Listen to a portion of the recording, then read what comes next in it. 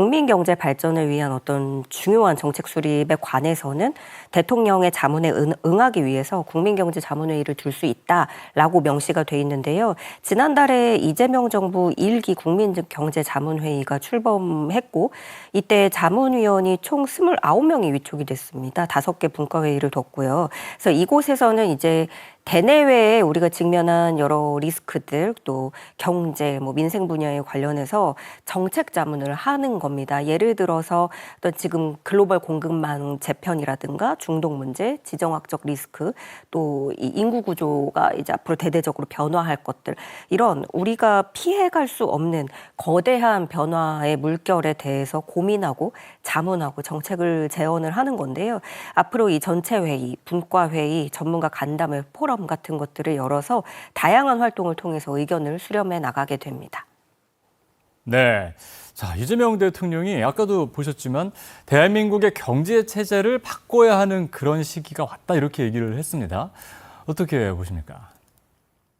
예, 그러니까 이재명 대통령이 이 중동 전쟁에 대해서 분명히 우리에게 위협이 되는 것은 사실이지만 그러면서도 이것을 어떤 전환의 계기 또 기회로 삼을 수 있다라는 걸 강조를 하고 있는데요. 지금 그 미국과 이란이 휴전에 합의를 했다고는 하지만 그것이 2주라는 지금 이렇게 망가진 것들을 복구하기가 굉장히 오랜 시간이 걸립니다.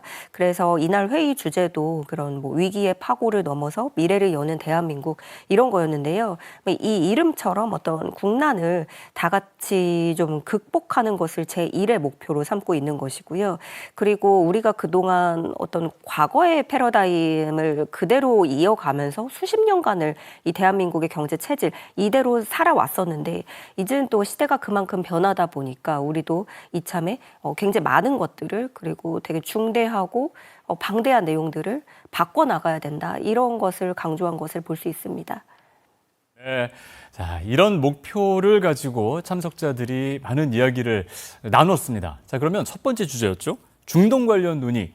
어떤 내용들이 오고 가는지 한번 보시죠.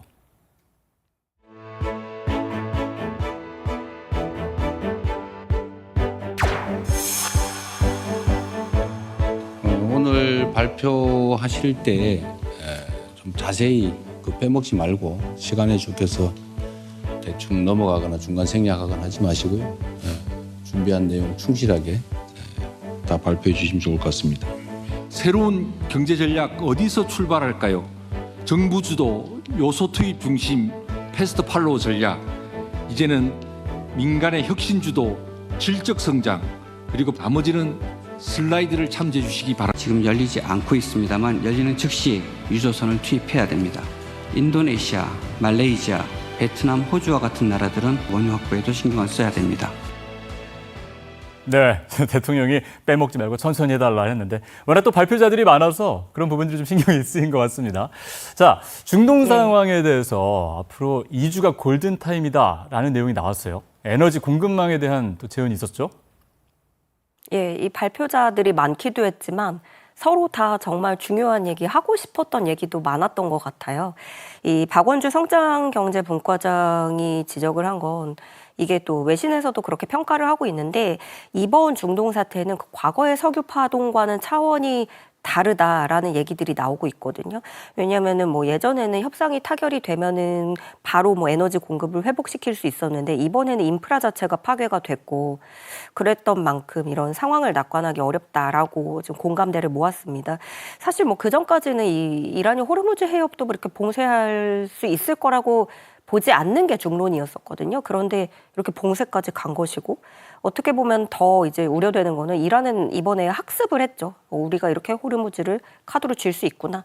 이게 되게 좀 장기적으로 봤을 때도 좀 리스크로 다가올 수 있는 건데요. 이 회의에서는 앞서 들으신 것처럼 2주간의 휴전 기간, 이때를 골든타임으로 봤습니다. 이 기간 안에 우리